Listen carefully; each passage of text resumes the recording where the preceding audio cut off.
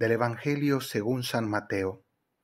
En aquel tiempo dijo Jesús a sus discípulos: No crean que he venido a abolir la ley y los profetas. No he venido a abolir, sino a dar plenitud.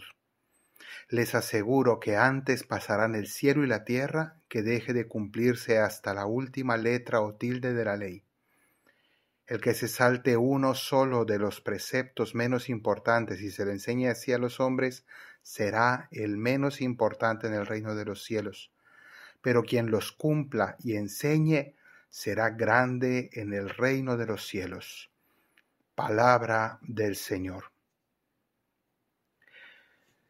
El Sermón de la Montaña que estamos leyendo poco a poco durante estos días, que abarca los capítulos 5, 6 y 7 de San Mateo, tiene un exordio que hemos leído los 2 días anteriores, es decir, una introducción, y hoy ya comenzamos con la sustancia, con la parte central del discurso.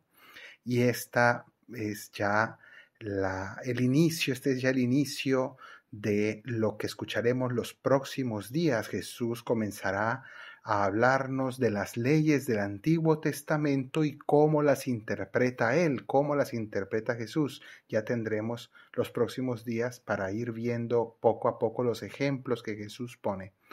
Pero este es el inicio y nos dice Jesús que Él no vino a abolir la ley, es decir, no vino a quitar los mandamientos del Antiguo Testamento. No se trata de quitar mandamientos, sino de entenderlos en profundidad. Y esto está muy conectado con lo que hemos escuchado en la primera lectura, porque San Pablo, hablando precisamente de la ley, es decir, de la ley judía, de las leyes bíblicas, nos dice esta frase muy fuerte. Dice: la letra mata, el espíritu da vida. ¿Y esto qué significa? Significa que el cristianismo, y esto es lo que quiere subrayar San Pablo, el cristianismo no está centrado en cumplir normas. El cristianismo no es una simple moralidad, no es un simple decir, haga usted esto, esto y esto, y automáticamente irá al cielo, y si usted no hace esos pasos, irá automáticamente al infierno. No es el cristianismo una vida llena de miedos, de prohibiciones. Y en ese sentido nos dice San Pablo que nuestra fe es un ministerio del Espíritu. Y por tanto el anterior era un ministerio de condenación, es decir, de castigos, de amenazas.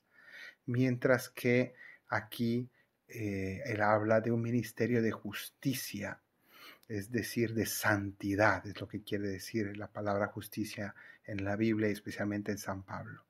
Un ministerio de santidad. ¿Esto qué quiere decir? ¿Y cómo lo unimos con este evangelio?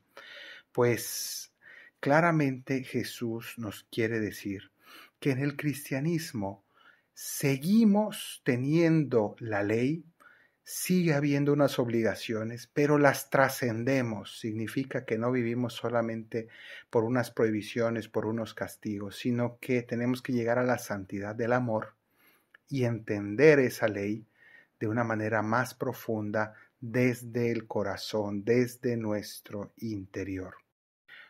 Es por ello que Jesús nos invita no a vivir como esclavos llenos de miedos a castigos, obligados a cumplir una ley, sino como hijos verdaderos, hijos que aman a su Padre, hijos que confían y por tanto que toman esas reglas, esos mandamientos como palabras de vida eterna, como un camino de felicidad.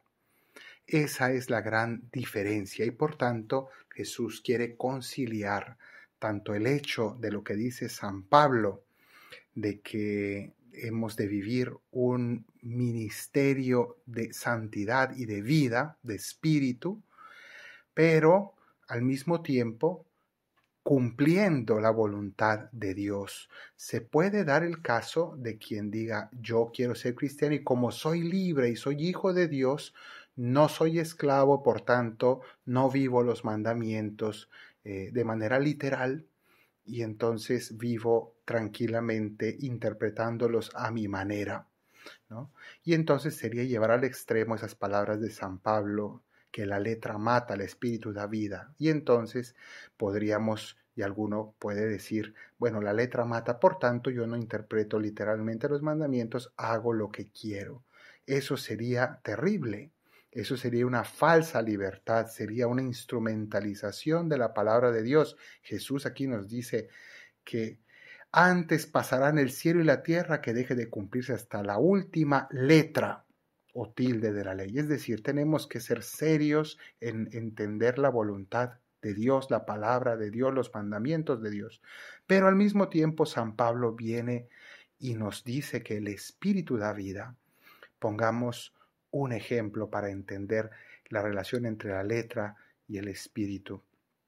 Un río tiene dos elementos para ser un río. Tiene un cauce, que es precisamente toda esa, todo ese canal que está en la tierra, y ese canal va recorriendo larga distancia. Pero ese canal solo, sin agua, no es absolutamente nada. Eso no es un río, es solamente un canal seco. Necesita agua que corra a través de ese cauce. Y ese es el caudal, el cauce y el caudal, es decir, el canal y el agua que contiene, y eso es lo que tiene vida. Pero pura agua sin cauce es un caos, es un pantano, es algo que causa inundaciones, es algo que no está bien dirigido. Bueno, pues eso mismo es la letra y el espíritu. La letra es el cauce, pero ese cauce, la letra de la ley, está seca. Si no tiene espíritu, que es lo que da vida. El espíritu es cumplir la ley con el corazón, entendiendo el sentido de los mandamientos. Y eso es lo que empezaremos a recorrer a partir de mañana en el Evangelio. Cada día nos irá explicando Jesús algunos de los mandamientos, poniendo solo algunos ejemplos para que entendamos que de la letra debemos tomar pie para darle espíritu, ponerle corazón, amar la voluntad de Dios y vivirla con todo nuestro ser. Que así sea.